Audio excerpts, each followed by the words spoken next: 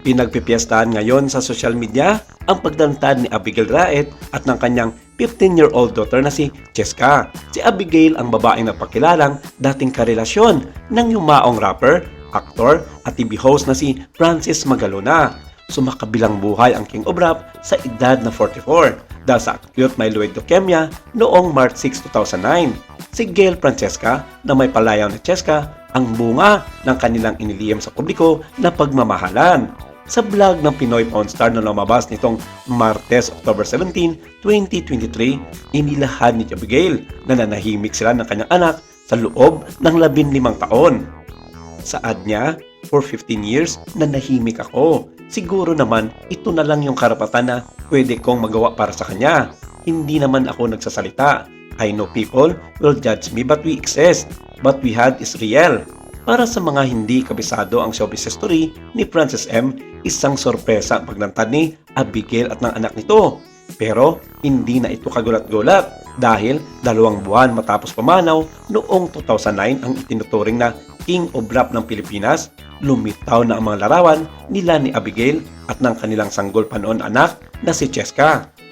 Nakasaad din sa mga impormasyong lumabas noon na biniyagan si Cheska noong December 28, 2008 sa isang simbahan sa Kawit, Cavite.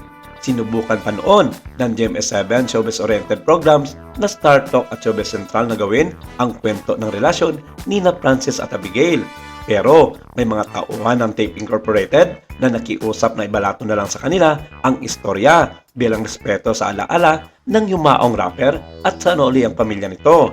Pero makalipas ang 15 taon, muling lumantad si Abigail at nagsasalita na ito tungkol sa dating relasyon nila ni Francis M.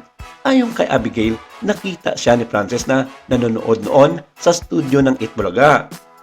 Si Francis daw ang gumawa ng paraan para magkakilala sila na humantong sa relasyon at pagkakaroon nila ng isang anak. Makaraan ang 15 taon, handang-handa na si Abigail na ipakilala sa publiko ang anak nila ni Francis M.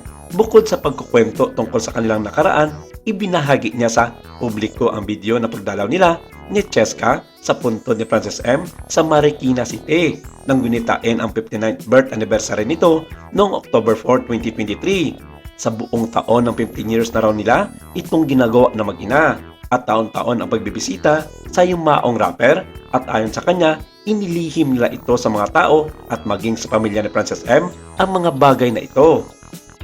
Samantalang hindi na iwasan ni Frank Magalona ang isang anak ni Francis M na magpakita ng pagkabana sa biglaang paglutang nang di umano'y naging kabit ng kanyang yumaong ama. Marami ang nakalata dahil sa kanyang cryptic post sa kanyang mga social media ang tungkol nga sa isyong ito kung saan samot-saring mga naging reaksyon ang kanilang inayag kay Frank Magalona. Nilike kasi nito ang tweet ng ex-user na si Giselle No kung saan tinawag na mistress at homewrecker ng pamilya Magalona ang dating flight attendant na si Abigail Raet. Saad kasi nito, I find it weird watching the video of Pinoy Pawn Star where a homewrecker revealed his affair with Francis M, saying 15 years akong nanahimik.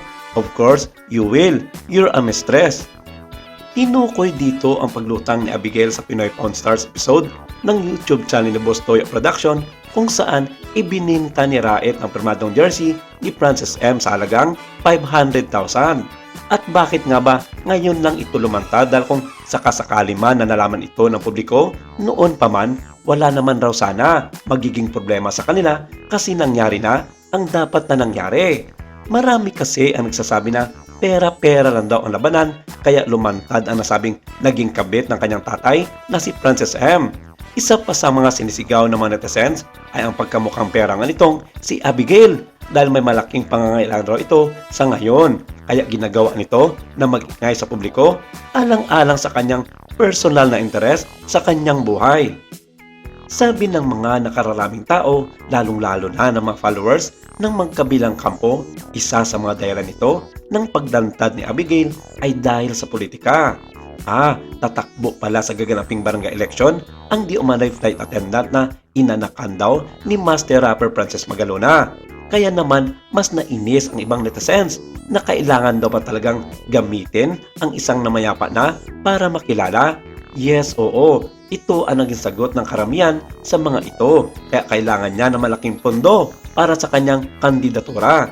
Nabuko pa nga daw itong sa Abigail dahil nagdemand pa ito ng tumataginting na 7 milyong peso dumanoy sa pamilya ni Francis M. kapalit ng pananahimik nito sa publiko.